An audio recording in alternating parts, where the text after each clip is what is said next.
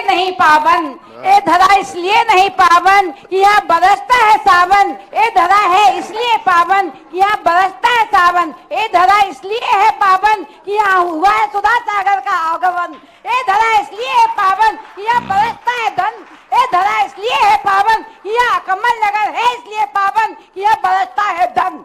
आज मैं महाराज जी से कहूंगी कि महाराज जी, ये धरा यानी क्षेत्र यानी द्रव क्षेत्र काल भाव, हरि पर्वत नाम बड़े दर्शन छोटे, लेकिन कमल नगर क्या है? कमला नगर। ये कमला नगर में जिस दिन से ये मनो संचालन कर रहा है उसी दिन से इसका चेहरा कमल जैसे खिल रहा है।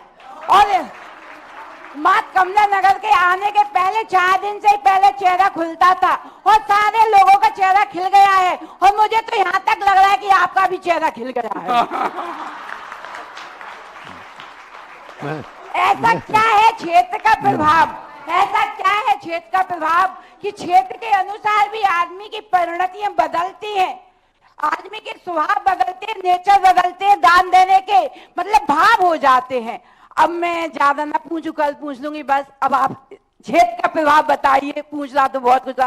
बात कहती हूँ पेटेंट, बात कहती हूँ पेटेंट, बात कहती हूँ पेटेंट, अच्छी है 100%, दुनिया में कोई न रहा परमानेंट, जिसने जमाई धाक उसकी उठ गई टेंट, इसलिए धर्म के काम में कभी मत रहो एब्सेंट, इसलिए धर्म के काम में कभी मत रहो एब्सेंट। सोच लो समझ लो मास्टर एंड स्टूडेंट, एक एवं मालिक एंड विनर। चिल्ला चिल्ला कर कह रही है, चिल्ला चिल्ला कर कह रही है, विद्यासागर की पार्लियामेंट, बन जाओ विद्यासागर जैसा एजेंट, बन जाओ सुधा सागर जैसा एजेंट। बात कहती हूँ पेटेंट, अच्छी है 100%, दुनिया में कोई ना है परमानेंट। बस महाराज जी मैं इतना ही बोलना चाहती हूँ, ज्यादा नहीं। बस ये पूछना चाहती हूँ कि क्षेत्र का प्रभाव क्या होता है। ऐसे क्षेत्र पे बैठने से पानी जैसा बरस रहा है, वैसे ही कमला नगर में धन बरस रहा है। नमोस्तु महाराज जी, नमोस्तु महाराज जी। यह बात थी आज चल घर और बढ़ गया। देखो खुशी की जहां तक बात है तो ये तो बात समर्थन है कि मेरा चेहरा भी 4 महीने बहुत खिल गया।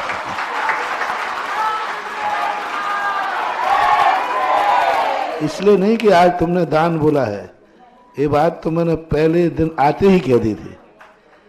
दान की बात नहीं खिल रहा है, दान का तो एक बात के दान तो फल है, बाकी खुशी कारण होती है।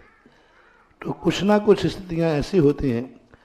इस पंचकल्याण के निमित्त से कितनी बड़ी बात हुई कि आचार्य श्री ने 2 साधुओं को भेजा, और हम दोनों को इसलिए नहीं बताया कि हम कह देंगे कि 2 जा रहे हैं तो एक कैंसिल कर देगा। हम और हमारे महाराज जी क्षमा सागर जी दोनों को अलग अलग निर्देश दे दिए।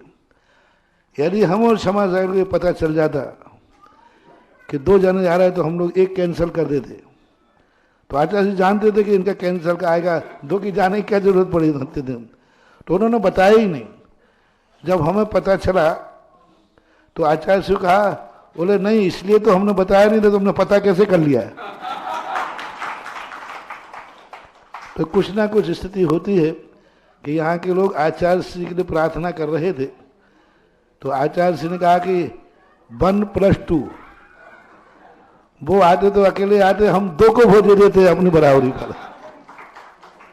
निरंजन लाल जी वगैरह उस समय थे। तो अपने आप में मूर्ति की प्रतिष्ठा और मूर्ति का स्थिति, उस समय भी हम 93 में 94 में जब आए, उस समय भी यहाँ मेरे प्रवचन हुए थे कुछ पंचकर्म के बाद। पंचकर्म के बाद यहाँ आए थे, 17 दिन का प्रवास रहा। तो उस समय ही एक ऐसी, पूरे आगरा में कहीं भी मन नहीं लगा था, पर यहाँ आकर के उस समय भी मन लगा, शिविर भी लगाया था, और वो इतना बढ़िया शिविर रहा। ये 93 की आप लोग कहते हैं कि महाराज आपने बीज बोया था, 93 का बोया हुआ बीज इस बार फसल काट रहा हूं, कोई नया नहीं है।